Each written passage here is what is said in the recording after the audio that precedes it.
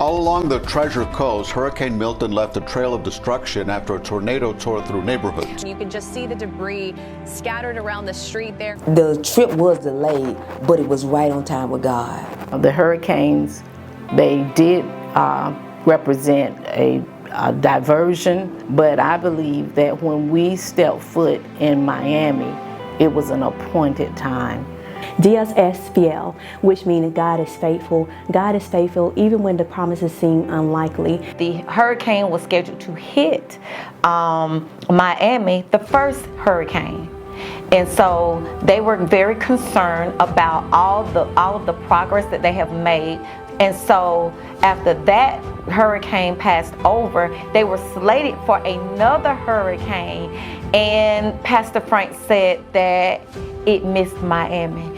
Pastor Frank saw the hand of God moving and protecting what he has already invested in him. The delay was purposeful.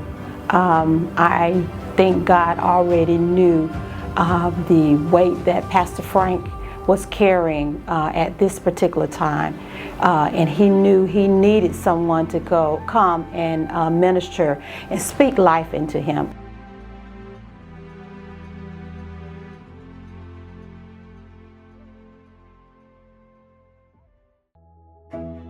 In the past, we were always prepared to minister to the people.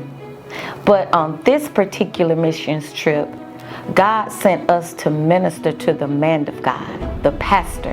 Pastor Frank Rodriguez, the host pastor, was from Cuba. Did not know that. It was more geared to the man of God, Pastor Frank. Not that we didn't minister to the souls of his congregation, and we did witnessing on the streets, but it was almost like Pastor Frank was the primary reason that we went on this mission. Even though it was our team plus Mount Gilead's team and Abundant Life team, everyone was able to pour into Pastor Frank. This trip was a trip of planting into a ministry that needed us at this time. Our first day there, after morning devotion, we met at Pastor Frank's church, and he began to share with us about the land that he had acquired. We got an opportunity to actually walk the land, prayed over the land, everyone just broke out into different directions. And so I asked Pastor Howerton, because he was our leader, if it was okay for me to speak a word of encouragement to Pastor Frank.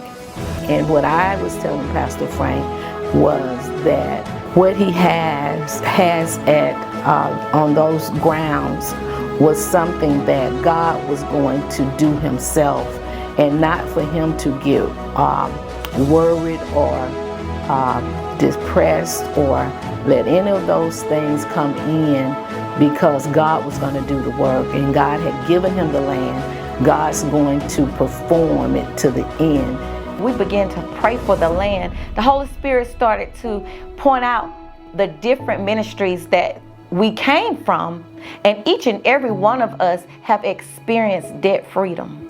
I told him about our multi-purpose building and how God blessed us, and we did not have to go to the bank. And when I said that to him, his eyes just lit up, like, you didn't go to the bank?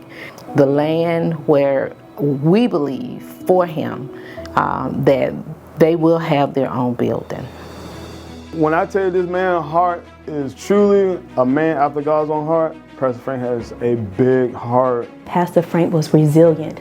No matter what obstacles that came his way, how he felt, he still pushed to be in God's presence. He still pushed to love God's people. And not only that, he still remained joyful no matter what. Pastor Frank's heart and compassion to serve those people hot meals was just, exceptional. And then to watch him as he moved and he pulled up in the van, and he was just so excited and motivated, and just going from person to person, praying and directing us on where to go and how to serve the meals and to serve them not like they were just somebody just on the streets, which they were, but to serve them with love and kindness. I had a chance to pray for 2 individuals, had a chance to impart to people, to encourage them not to give up on God. And even at the hotel, they had a soccer event going on, and it was 5 of the soccer players got born again. And that was a blessing as well. And they were from the Virgin Islands. We were able to pray with someone down there that said that she just wanted a home. And it was just a great opportunity to give back spiritually to those in need. I truly believe that the seed of honor and sowing was planted at Bethesda in Miami, Florida. But we wanted to do something as a team together, and each person individually made up in their own minds and hearts what they would sow. At some point during Pastor Howerton's message, he said, our team wants to be a blessing. We all came out and we started to sow. We sowed, and he broke down and cried. When we showed them what it means to honor your pastor, honor the man of God, that was an eye-opening experience for them as well. And Pastor Howerton challenged the congregation of Pastor Frank to do the same. You know, he even told them, if you love your man of God, at this time, come up and show him that you love him. And one by one, his members came and honored him. And after it was over, he said out of 25 years of ministry, that was the first time that he ever experienced anyone or his congregation honoring him as such. So that blew my mind. And I thank God for Pastor and co-pastor for giving us this opportunity to go to Miami debt-free.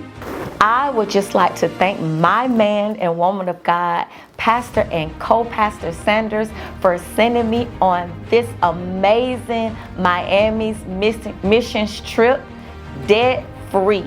Thank you from the bottom of my heart for this opportunity and for the trust that you have placed in myself as well as the team to do and to represent you on the mission field.